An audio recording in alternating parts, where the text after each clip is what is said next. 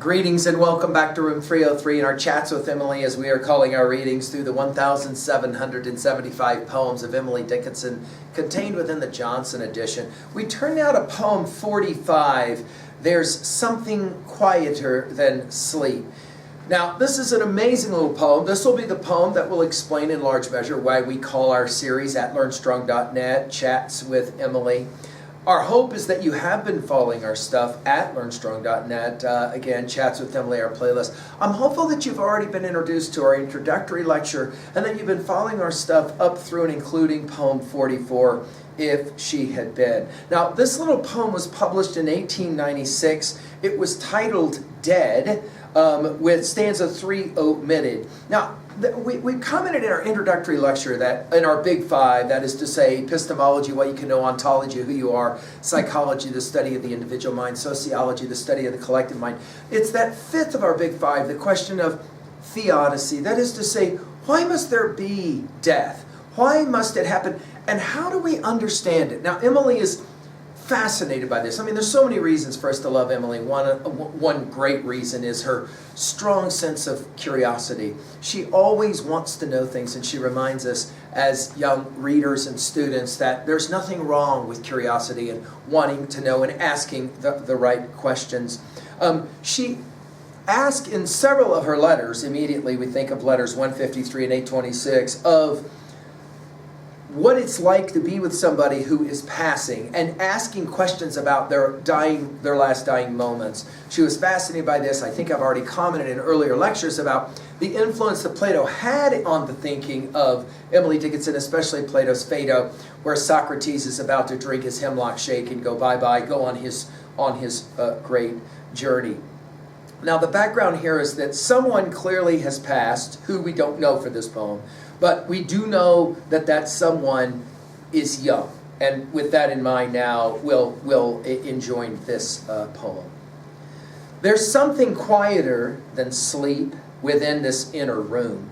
It wears a sprig upon its breast and will not tell its name. Some touch it, and some kiss it. Some chafe its idle hand. It has a simple gravity I do not understand. I would not weep if I were they, how rude in one to sob might scare the quiet fairy back to her native wood, while simple-hearted neighbors chat of the early dead. We, prone to periphrasis, remark that birds have fled. Now, I find this a fascinating poem for a number of reasons. Her fallibilist position, I do not understand. Only once is used in all, that phrase is only once used, and it's here. In that regards, poem 45 is a really important poem for a number of more popular, famous, anthologized poems of Emily Dickinson that will treat this same theme of the passing. The other thing I want to point out is that while a lot of readers of Emily Dickinson will challenge whether she was a true believer, she's called prone to periphrasis, and the idea of faith, we'll read this poem and recognize that Emily is making a distinction between the simple-minded and those who think more deeply on the question of death and, of course, immortality. She'll begin with this observation, as she so regularly does, that almost starts out as a riddle. There's something quieter than sleep, and obviously this is the Egyptian Book of the Dead. This is the observation that sleeping and dying is very similar. Go back to our comments of Hamlet in the Act 3 soliloquy, to be or not to be, that is the question, to die, to sleep, perchance to dream, there's the rub. There's something quieter than sleep within this inner room. And of course, inner room here can be two things. It can be obviously a bedroom, or it can be the inner room of the psyche as one is trying to process what's happening. Notice now the pronoun it to talk about this phenomenon of death, the passing of the soul or the spirit from the individual, consciousness from the individual. It wears a sprig upon its breast. Of course, this would be that famous idea of burying someone with flowers. Obviously, we're back to flowers again. And will not tell its name. I'm always impressed anytime that Emily, either intentionally or unintentionally, and who knows which is which, she is a genius after all. Notice here with not naming its name, death doesn't want to call its name out. Immediately takes us to Odysseus, who you'll remember to Polyphemus reports that his name is, what does he say? Nobody, right? And then this some, notice we'll go from I to we in this poem. Some touch it, some kiss it, some chafe its idle hand. That is to say, different people deal with death in different ways. It has a simple gravity. And I find this use of the word gravity here remarkable, given the way she stacks these two words together with simple and gravity. When we meet poem 408, she'll say this: no chatterer here, no tea, so babbler and bohea stay there, but gravity and expectation and fear a tremor just, that all's not sure. Of course, this idea of chatterer we'll come back to in a few moments. When we'll see this same gravity used in poem 804, but I'm interested in poem 892, where she'll play this game. And from a settlement a capital is grown, distinguished for the gravity of every citizen. This idea of the use of gravity, gravitas, significance. She says it has a simple gravity.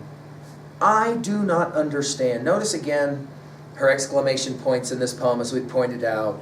Her only use of this phrase is right here, right now. The fallibilist epistemological position. That is to say, there's the absolutist position, I know 100%, I'm right or wrong. There's the relativist position, who knows and no one knows anything. And then there's that fallibilist position in the middle. I don't understand. I want to understand, but I can't understand. Or maybe not now. She begins with I and ends with we. I would not weep if I were they.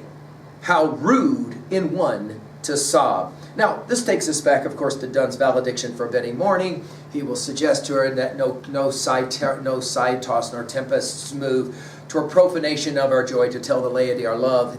In other words, the idea to cry or to sob at the passing of someone is, for Emily, not quite the best response. She calls it rude. Here, by rude, she'll mean simple, and that's what she means in the next line with simple-hearted. How rude in one to sob might, and then the ironies of Emily just compound, might scare the quiet fairy back to her native wood.